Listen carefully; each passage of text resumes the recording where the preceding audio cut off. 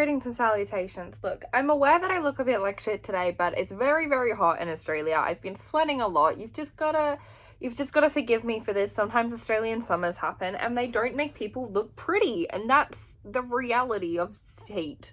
Surprise, I'm stuck for content again, so we're just ranking the Fearless songs. Fun fact, I actually did film this video last week, but for some reason it just had no audio, so I couldn't use it. So we're doing it now. I'm going to rank the platinum edition of Fearless because that's the edition that I listen to most, and because then we can include more songs. Once again, we're gonna go from no, that's incorrect. We're gonna go from my least favorite to my most favorite. That's what we're doing. Jesus Christ. Okay, so coming in number 19, Last Place, but that's, look, I like every song on this album. There's not a song I dislike on this album, so Last Place is like my least favorite, but I don't dislike it. But Last Place is Hey Steven. This is a really cute song, and I listened to it a lot when I was younger. The part in the bridge where it's like, and all those other girls were, they're beautiful, but would they write this song for you?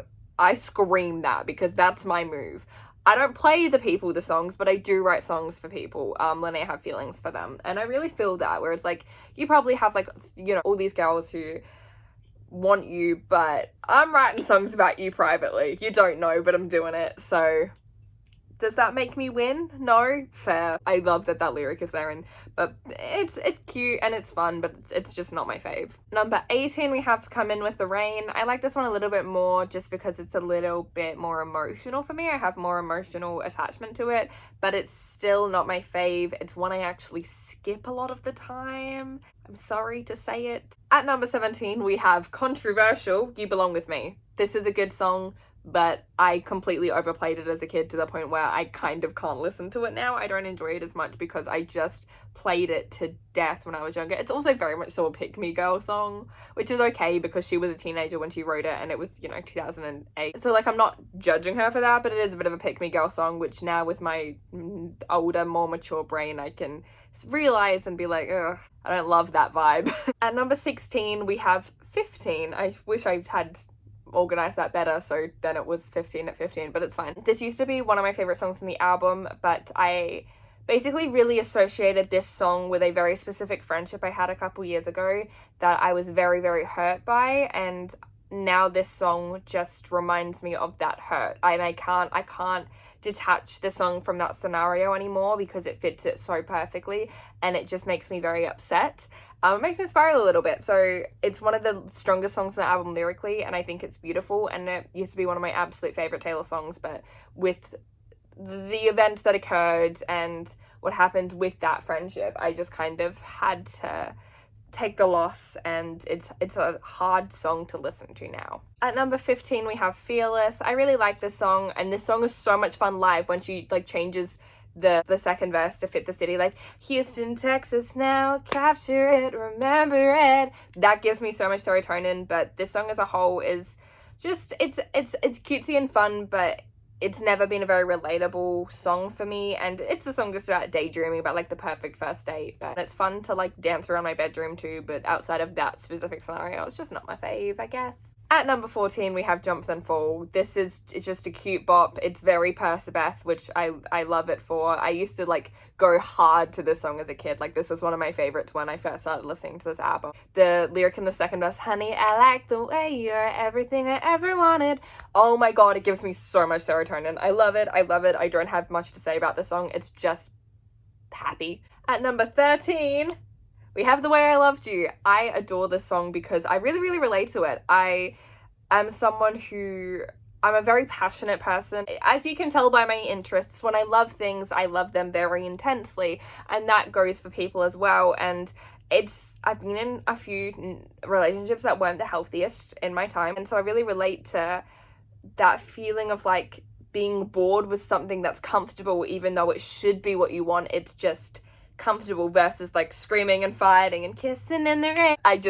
It's honestly such a vibe. I really relate to it, and the chorus goes so fucking hard. So at number 12 is The Best Day. This probably should be higher, but I really can't listen to The Best Day very much, as it just makes me super emotional. It's like why Taylor doesn't really play it live all that often. It just makes me cry a lot, and so it's not one that I listen to that much, so it just moves further down the ranking because of that. But that's not to say that it's not beautiful or I don't really relate to it, because I do, but it just makes me think of my mum and then makes me really, really emotional, and it's hard to get through. So That's why it's here. At number 11, we have Superstar. This is, again, one that I really related to when I was younger because I just had all of these celebrity crushes and I was like, wow, I'm no one special, just another wide-eyed girl who's desperately in love with you, yeah. And I just related to that. I really love the melody of this one. I think it's, like, gorgeous. Yeah, I don't love it as much as I did when I was younger because I've just kind of grown out of that specific kind of, like, mentality and feeling that in a relationship, or just I've grown out of having such intense celebrity crushes, I guess. But I love it. I do someday want to, you know, if I ever meet her, I do want to post a photo of the autograph, the caption, give me a photograph to hang on my wall, Superstar. But I love Superstar. At number 10, we have Forever and Always. I fucking love this song. It makes me want to throw a chair off a stage so bad. It's just so much fun. It's so much fun to like dance around your bedroom and like be like pulling at your hair, kind of like going flailing everywhere like she does on the Fearless tour with it. And like just, you know, the whole mentality of like, if guys don't want me to write bad songs about them, then they shouldn't do bad things. They shouldn't do bad things. They shouldn't do bad things. Forever and Always goes so fucking hard and you can't deny it. At number 9, we have The Other Side of the Door. I'm really not gonna lie to you, it's purely for that last verse. That's the whole reason. It just goes, it's just so good. That's the whole reason it's this high. At number 8, we have White Horse. This is a really relatable breakup song. I've cried many tears to this song. It's lyrically stunning. It's so simple and I adore it. And probably one of the things on the internet that makes me happiest is the video of her singing this on the Rep tour, and she's smiling so big while singing, I'm gonna find someone someday who might actually treat me well. Oh my god. At number 7, we have Untouchable. This would actually be higher if it wasn't a cover. It's only like it would be in probably my top 3 if it wasn't a cover. This song helps me so much with my anxiety. It just kind of feels like home. It's so beautiful. It's so calming to me. And it's helped me through countless panic attacks, and it just makes me feel safe. But it is a cover, so I can't really, you know, praise it too much lyrically and stuff because she didn't write it. But yeah, I love Untouchable. Number 6 is Tell Me Why. 1, this song is so much fun. It goes so hard. It's so good to dance to. But 2, I just love how fucking blunt and honest this song is.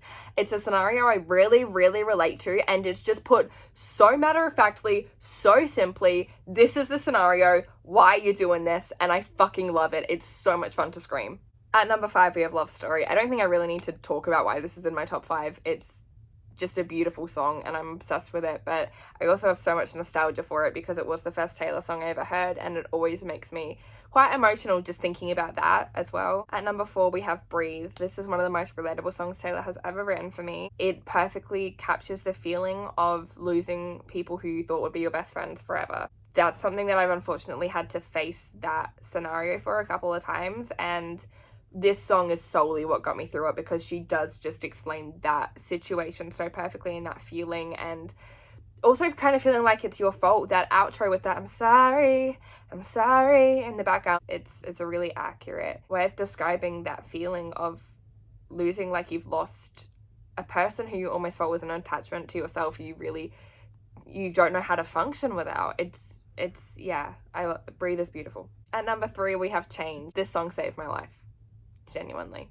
And that's pretty much all I have to say on that. At number 2, we have You're Not Sorry. Again, one of the most relatable like breakup songs that Taylor's ever written. As someone who is a little bit of a doormat, but eventually I reach a place where I do get a bit frustrated with that, and I'll probably still let the people back into my life, but I do recognize the pattern of behavior eventually, and this song is so good to cry to and to just kind of like angry cry to when you have that realization, and when I've had those moments of realizations. And it's just, again, Taylor just writes about the scenario with such accuracy, and it's incredible, and she's incredible, and lyrically this song isn't like phenomenal. And yeah. And number 1, we have the piano version of Forever and Always. Did you really think I'd actually rank Forever and Always that low? No, I fucking love Forever and Always. I just prefer the piano version, so it's number 1. But this is like one of the saddest, most beautiful songs she's ever written. It's incredible. It's phenomenal. The bridge just breaks my heart, and this, like, you in the piano version, you can really like hear the emotions in her voice, and the lyrics stand out so much more, and they're so gorgeous, and like the piano version is everything to me. But did you really think I'd put Forever and Always that low? I don't know what just happened to me, but there was that. Do you ever get embarrassed by everything you do? Because mood. Anyway, that's that. Thank you very much for watching. I love you very, very much. Thank you for watching. I'll see you very soon.